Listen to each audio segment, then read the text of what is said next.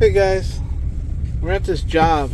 The lady has a problem with her GFCI outlet outside and she wants it repaired. So we're coming to these condos to do that, and she also wants another outlet below a switch. She said doesn't work anything. So she has a switch and the switch doesn't function. And she says she's not going to use it for anything heavy. If you notice, every bedroom that doesn't have a light fixture installed in a bedroom has an outlet that works on a switch. If you notice, that switch is on a 15 amp breaker. So you always have one outlet usually in a bedroom. If it has no lighting in the center of the room or the ceiling, you'll have a outlet that works on a switch, and it will be on a 15 amp circuit. So now we will use 12. Did you bring 12 or 14 gauge wire? 14. Okay, we'll put it on a 14 gauge wire because it is on a 15 amp circuit. If we find out that it's not on a 15 amp circuit, we'll know by looking at the wiring when we open up the switch. Then we'll put it on 12. But with that being said, we're going to get here and get started. Okay guys, we got a GFCI outlet here that isn't working. We tested it. It's zeroed out, and it won't reset as well. It's like, so whenever you got a GFCI that won't reset, is either because the breaker's shot on it or it has no power going to it. If you ever take a GFCI out of a box and you push the buttons, they don't click on and off. They're mushy until you get power to them. That's when they start to click and work. So it's either got a bad GFCI or you got no power going to it. She's got two more GFCIs over here and they're good. Now, just because they're good over there, this one here could be feeding this one over here, but it's not feeding out. It could be, even though that GFCI is good over there, it doesn't mean that it's feeding over this way. So we're just going to first find out if there's any power going to this. And we can start with a tick meter.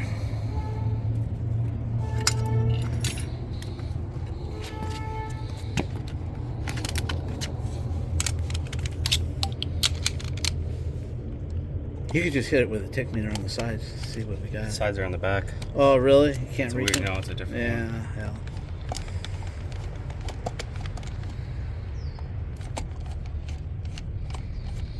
Sometimes this could be up on the other.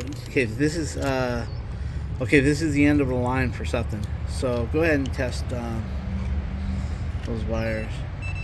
It's hot. It's hot. Now take your other tester and see if you get 110. It looks like we might have just a bad GFCI. There's no power going to it, or you got a bad GFCI. Okay, we got 118.5 volts. We're good. So it's just a bad GFCI. You think you could wire this one hot? Yeah. Okay. I'm going to let the lady know what we got here. Okay. Okay, guys, he's going to do this hot because the owner has a bunch of clocks and stuff that she doesn't want to reset. So he's just going to be real careful and do it hot. I'm trying to keep this away from there, but I'm not trying to pull on it because then it'll spring back on you. Full control. Yeah. Ma'am, did we do work for you before somewhere? Is that how you got our number? Oh, well, you did the 7876 down here. That was our. Oh, that's your property. Right, we sold it. Oh, okay. We were fixing it up for the sale. Yeah, and actually, you know, they're gutting the whole place. Again, they usually do that. Oh yeah, well Well, it's funny how they'll want everything they can get, even though they know they're going to gut it. They'll still want everything they can collect from it, just because I guess it's human nature. Yeah. And I know we went in there and we fixed everything that was bad, which wasn't much. It was just, you know, door valve, a few other. Yeah, we fixed everything that wasn't working, and because it was a rental before that, right? Right. Yeah. And we're 40 years old. It had new windows, but no real remodeling. So I hear you. And these next door too. These are all second homes. Okay. And they've got a lot of money. Yes. They're not moving into 40-year-old Right, yeah. So- No, I get it. So they're working in there. Yeah. Well, luckily you didn't have no problem on the line. That's good, yeah. Because once you get into troubleshooting, then I you know. can end up anywhere. It scared me, yeah. Good. So,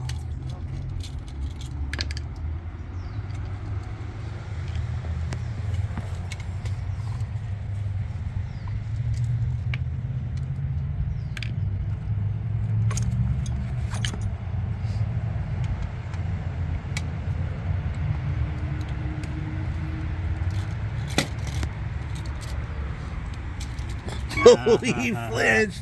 I jabbed him. I went like that, guys. I jabbed him to the side. He jumped. Look at him. He's turning red now. Yeah, because I didn't know. That's funny though. I gave him the finger in the side of the rib and he jumped. That's a dirty trick, huh? Especially when he's playing with live wires. Hey, 120 will just wake you up. Yeah. Yeah, you're not in water or in the grass or yeah.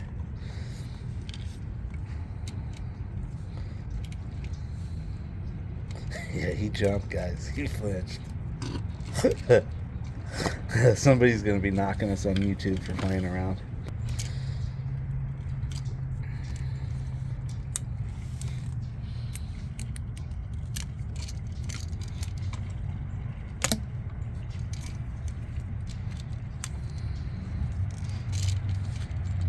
Hey, since it's got a ground wire, Vinny, can you check the buttons? Usually, guys, if you have a GFCI and you test it before you put it into the hole, into the metal box, and it doesn't turn on, that could be it's just not grounded properly. That wire is grounded to the panel but not the box. And what happens is once you screw this in, once this screw touches this, then it'll work right. Now let's just Well, that's see. if it's metal. Right. That's plastic. But I think this ground is grounding off good, so test it. See if you can turn the outlet on. See if you can make test it. it right Yeah, now? Okay. yeah.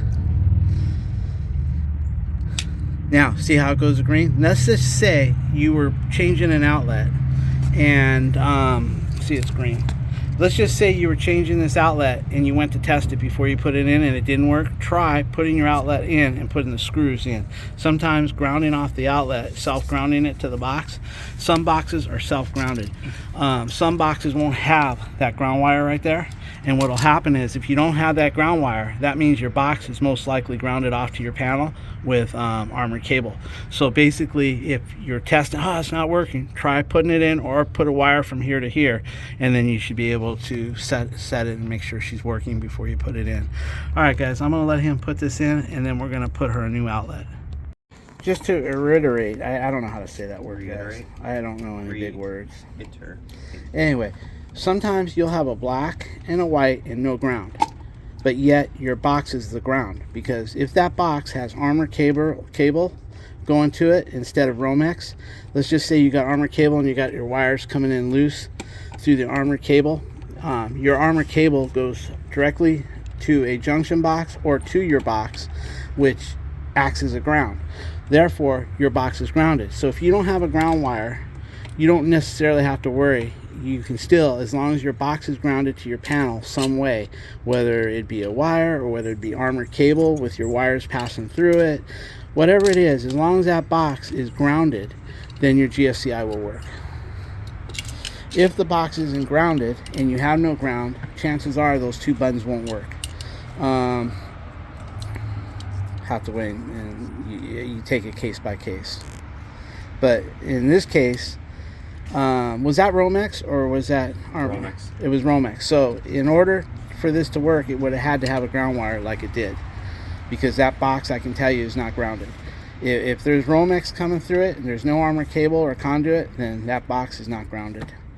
All right, guys, we're going to check into her next thing on our list. Okay, guys, what she would like is an outlet right over here. You know, she probably would have liked to have one box complete, but then, you know, that's more money because we got to rip this box out, and sometimes we have to do a little repair on the plaster, sometimes we don't, but most of the time, you know, then you got to get all your wires out of there. So in this case, she's just going to opt for having her outlet box about 1 inch away. And I explained to her that this is most likely, we won't know until we get in there, but this is most likely on a 15 amp circuit. and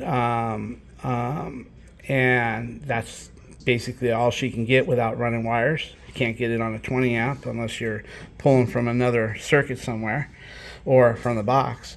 So she's happy with just a 15 amp. She says all she's going to use it for is like her decorations in Christmas and Halloween. She wants to put something above on the wall right here and light it up. That's all she really wants it for. And so we're going to give that to her. Okay, everything's 119. Ma'am, the tester says everything is good. Would you like to see it?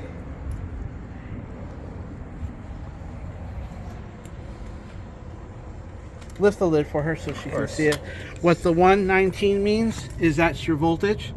And then the green light means everything is wired correctly, and it says correct right there. I'll show you. And Okay. so you're all good. Okay, now, this wasn't working a year ago or something. The guy next door said, oh, you have to push the button. So Correct. You do. So Yeah, show empty her, the show her top how that button. works. yeah, we That's did your reset that, but to that test didn't- it. It See works. how So that ours green clicks? light's on.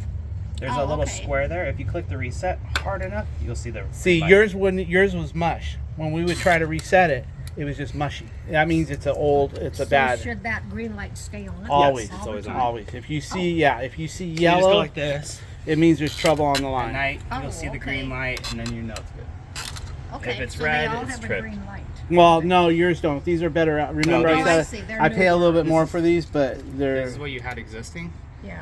and there's no light or indicator. Oh, I see. Got it. yeah. On yours, you have it. Okay, but as long as that light's green, that's Correct. Yeah, you're good to go. okay. Okay. All right, guys. He's gonna open it up and find out which side the stud is on. It sounds like the stud is on this side. We'll find out. You might want to cut the, go around with a blade and cut the paint real light. Okay, guys. I'm gonna let him go around that and cut that. And, take your time. Don't overpass it.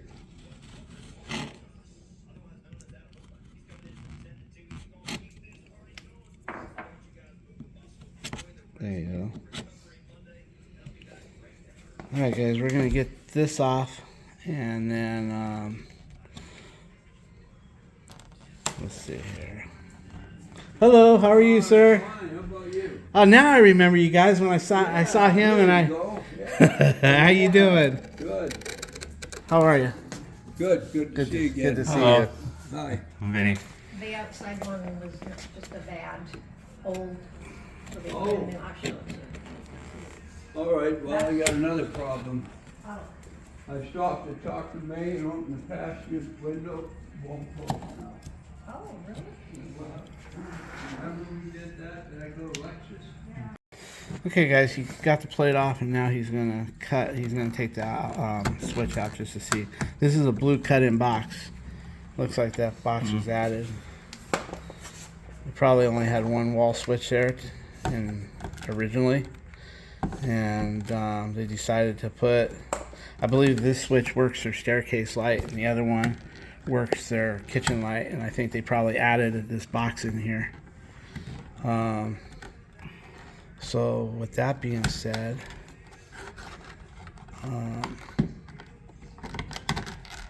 Those are all tight. Okay. Looks like I'm gonna have to take out both fixtures. that's see, this one is nailed to the wall. It's not the one with the drywall clips. If this wasn't nailed to the wall, the stud, we could take it out and put a 3-banger. But because that one's nailed to the stud, we'd end up with a lot more work. Than I don't think she wants to run it up that high. The studs on this side. You Yeah. can see the wood right there. in the Yeah, corner. cool. So why don't we figure out where we're gonna come in on the side here, find a way to. What we're gonna do, guys, is we're gonna cut our hole here first so we can run a wire over like this, because there's a push-in hole here. You don't need connectors. It's a blue box, no connectors needed.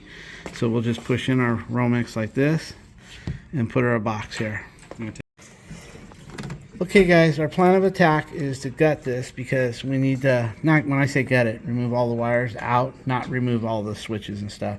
We're going to come up through the bottom, it looks like, and up to here, but we've got to get to our bundle of neutrals so we can add our neutral, and then we can put our hot right on here.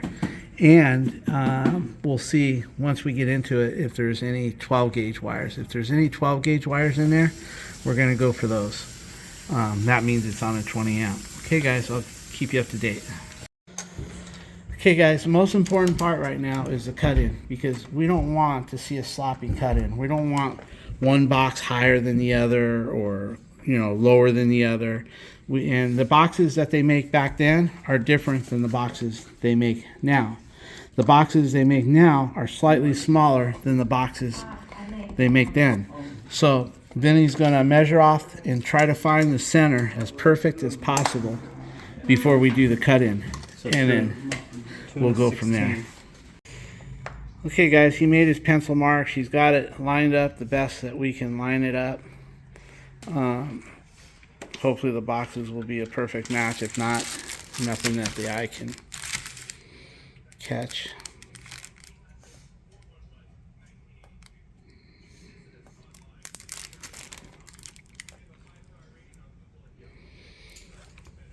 I would like to, maybe you could, can you trace around your blade and let me give final approval? Okay. I'm going to let him trace around the blade with a pencil, and that way we both make the, that way if it goes wrong, I can kick him in the ass and he can kick me in the ass.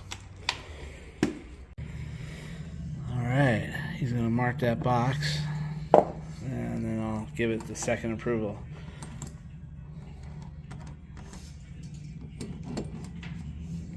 That way when you look at it, guys, you don't have one plate higher than the other plate.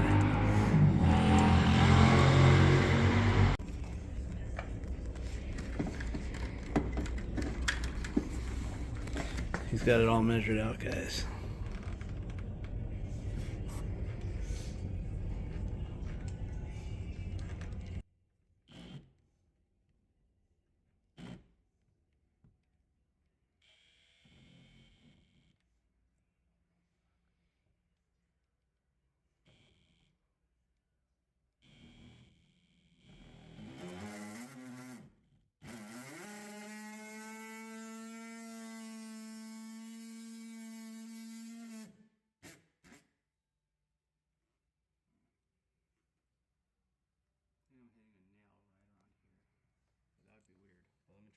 Let me see.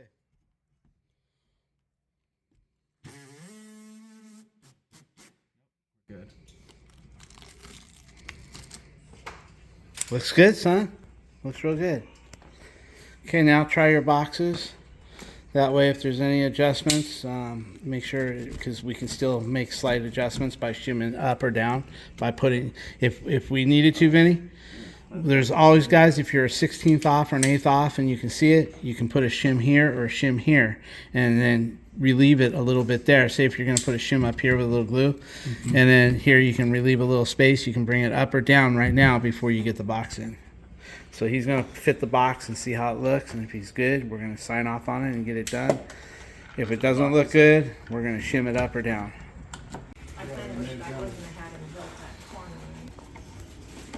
Alright guys, he's feeding his wire, he's getting it done. We got the hole, we used the tool. Well, yeah, you saw it on there. So,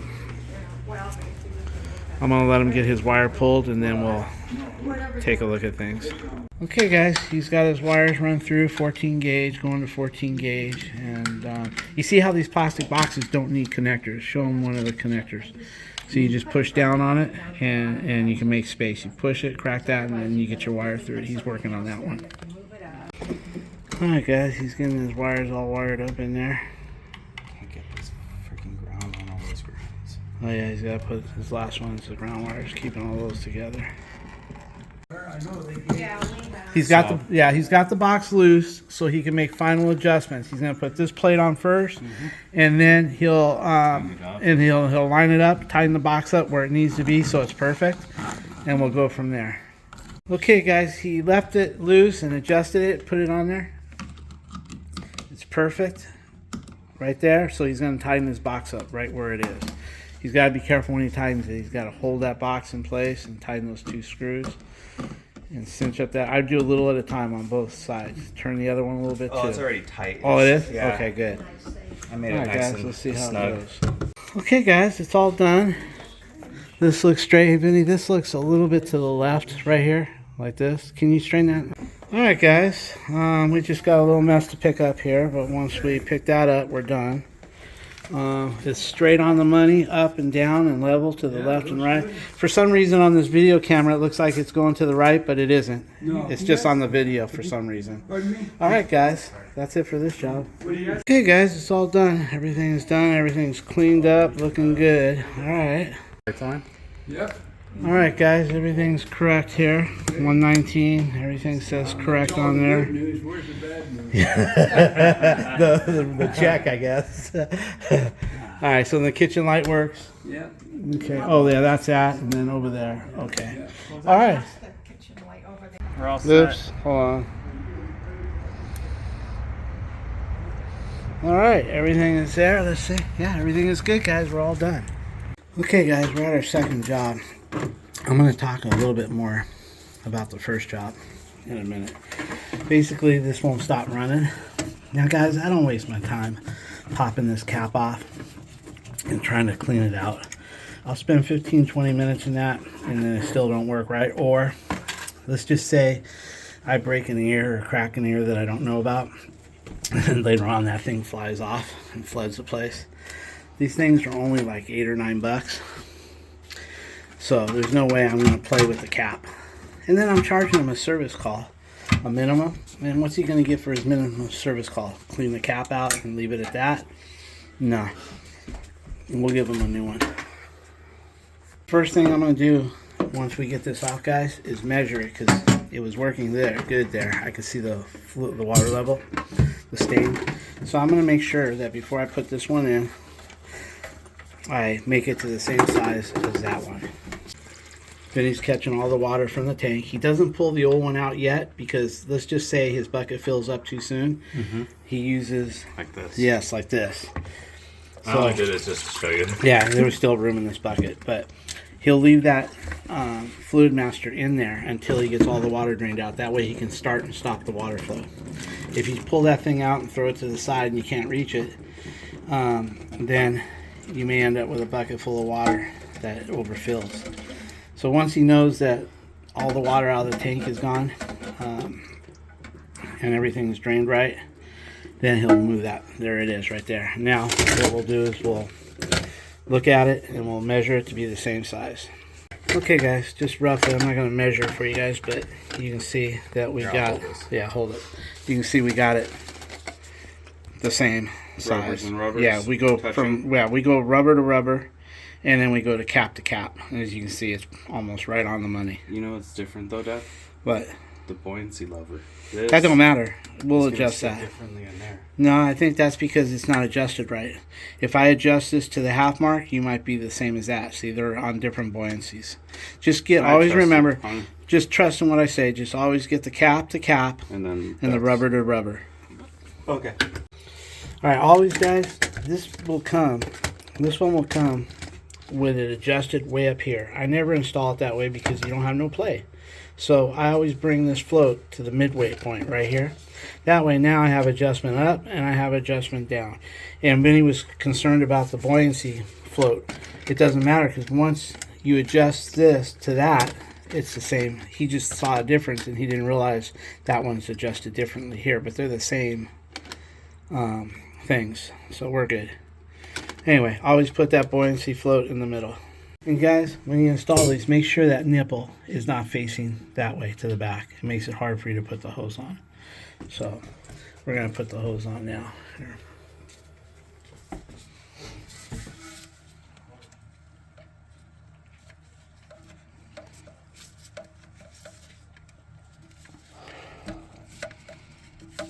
And then guys, one thing to Make sure it's remember- all the way back.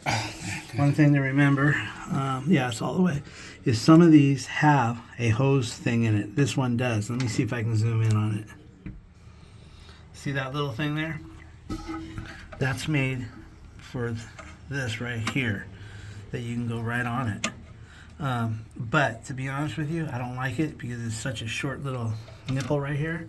I'm going to use my own, but you can. That's why I say sometimes you see me do videos where I'm putting the hose and it looks like the hose is going like this, but it's not. It's usually going into this guy right here. And they have one that sets in even deeper. But we're going to go ahead and put our own clip on. Okay guys, see how I put the clip on there? I like it better than, let me see if I can point. I like it better. I can't see shit. There you go. Okay, I like it better than this little nipple. So I've got my clip on instead. So, Here. okay, let me feel it. Okay. It's on. Grab it. Guys, it's good practice to take your hose and shoot a little water that's in that rubber because we saw some crud in there, which is probably what ruined the other one. So Vinny pretty much, usually we change out the hose, but the owner says no, that hose isn't too old, so they don't want the expense. Anyway, so what we do is we put that hose in that bucket and we open it up a little bit just to clean out that part there, which he already did. Okay guys, we're turning on the water and we're going to see where it fills up and then we can make our adjustment on there. Whatever you do, never knock these things. You break these and then... I need to order some of those, man. I don't have any of these on the truck. Could you get me a Glacier Bay from Amazon, a Glacier Bay kit like that? Yeah, it's just, they have it in chrome and brushed nickel. I'll buy one of each, but I sold mine about 9 months ago. Actually, I didn't sell it. You got it on Home Depot. But look right here. Just get a picture of that. And I got model It's number. the only toilet that makes it like that. And you can see the top of it. Okay, we're filling up here, guys. I want to make sure, okay, it's stopping right where the other one stopped, Vinny. Look. It's right on the same line as the water. See the water line? Same as before. What these are for, guys, one gives you a flush for number 1, and one gives you a flush for number 2. So one flush is bigger than the other. So go ahead and put that back on, right there. And let's dry up everything.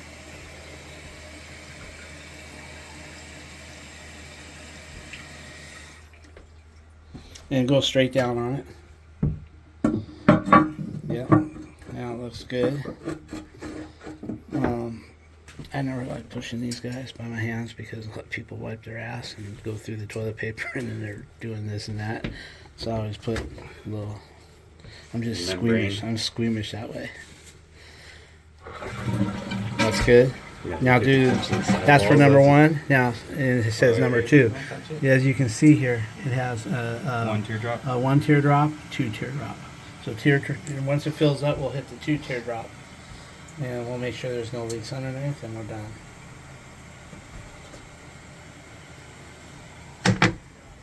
Boy, that's pretty.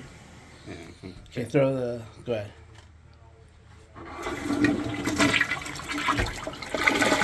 Alright, that's good. Shut the toilet seat, check for leaks, wipe the floor, and we're out of here. Alright guys, we'll talk to you in the van. Hey guys, we just left our second job and I was going to talk to you a little bit more about the first and the second. I know a lot of you probably wonder, because I wonder when I'm watching these videos. I watch John Phillips and I watch Steve Lav and a few others. And I'm always waiting to hear like a price or this or that. And sometimes you hear it, you know, you get it. But anyway, I thought, well, I'll just mention a couple prices here that I charge, what makes it roll for me. The first job was a lady who got me out of my advertisement when she was selling her other condo that was in that same association. She found me and she used me to get escrow closed. I guess escrow was up in limbo because of 5, 6, 7 items. Some electrical, some plumbing. So they wanted a licensed contractor to do the work, so I did it. And she was commenting to me all the time how clean we worked. She really liked Alicia, and she said she'd save our card. So she did, and she had us back a second time. To me, that's not an income property person. Income property people I charge a little bit less because of the return business. And they're, by nature of their business, sure a little on the cheap side. So with that being said, I have 2 sets of prices, homeowners, and then I have management companies. So for this homeowner, basically I charged her $60 for the I'm sorry, I charged her $200. I charged her $160 for the additional outlet with box, and I charged her $40 for the GFCI replacement. So it was $200 plus material. I think materials with the GFCI came out to about $39. I think with the plates, the box, everything. So she was right at $239, I believe. The second job is a management company, and this particular management company is Huntington Beach only. So my minimum service call is $125. My minimum for all management companies. But they get that first hour out of that $120. That $125 covers the first hour. Then after that, I don't really tell management companies how much I am an hour because they compare you to other people. So I go by job. I always tell them by job. But when I'm looking at a job and I'm adding it up, I say 2 hours. I'm like, for one person, $80 an hour. If I've got Vinny with me and I'm not doing any of the work, I'm just kind of helping him along with the trades, then I just charge that $80. If you see myself there and I'm actually doing something, and Vinny's doing something, Alicia's doing something, or just me and Vinny, then I'm like $160 an hour if I'm actually doing some work around there and keeping up with him. Then we're about $160. If Alicia's there, we're $240, and we get a lot done with 3 people. And sometimes I don't even hold them to the hours that I'm estimating in my head. If I notice that we talked a lot, or my videotaping got in the way a little bit, I will deduct hours and give them a fair price. Nobody really bitches about my prices. I haven't had a person bitch about my prices in a long time. But with that being said, that's kind of how I do it. So I don't tell management company by the hour how much an hour. I just estimate it. But my minimum is $125, and if it's outside of Huntington, if it's outside of Huntington Beach, it's $125. If it's inside Huntington Beach, it's $115. So basically, for the second job, it's going to be $115 labor plus the part. The part's about $8 or $9. I put tax on it. I charge about $14 for the part. So that's kind of how today's pricing went. I might include more of that on different jobs, just to, I'm not getting rich on these jobs, but it's more like the quantity versus trying to get rich on a single job, because then you only work for somebody. If you're trying to get rich off of one job or 2 jobs, chances are you're only going to see that person 1 or 2 times, or when he's desperate and can't find nobody else. But if you want to keep them guys coming, you got to find a price that you can live with and they'll love. So that's kind of how today went. Anyway, I'll get this video posted, and we'll talk to you guys later.